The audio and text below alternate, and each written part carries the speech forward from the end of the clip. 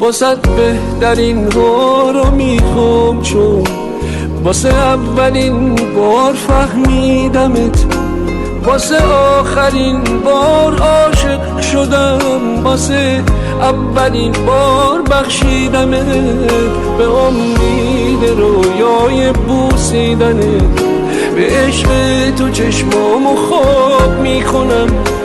اگه 100 دفعه باز به دنیا بیام، میدونم تو رو انتخاب میکنم.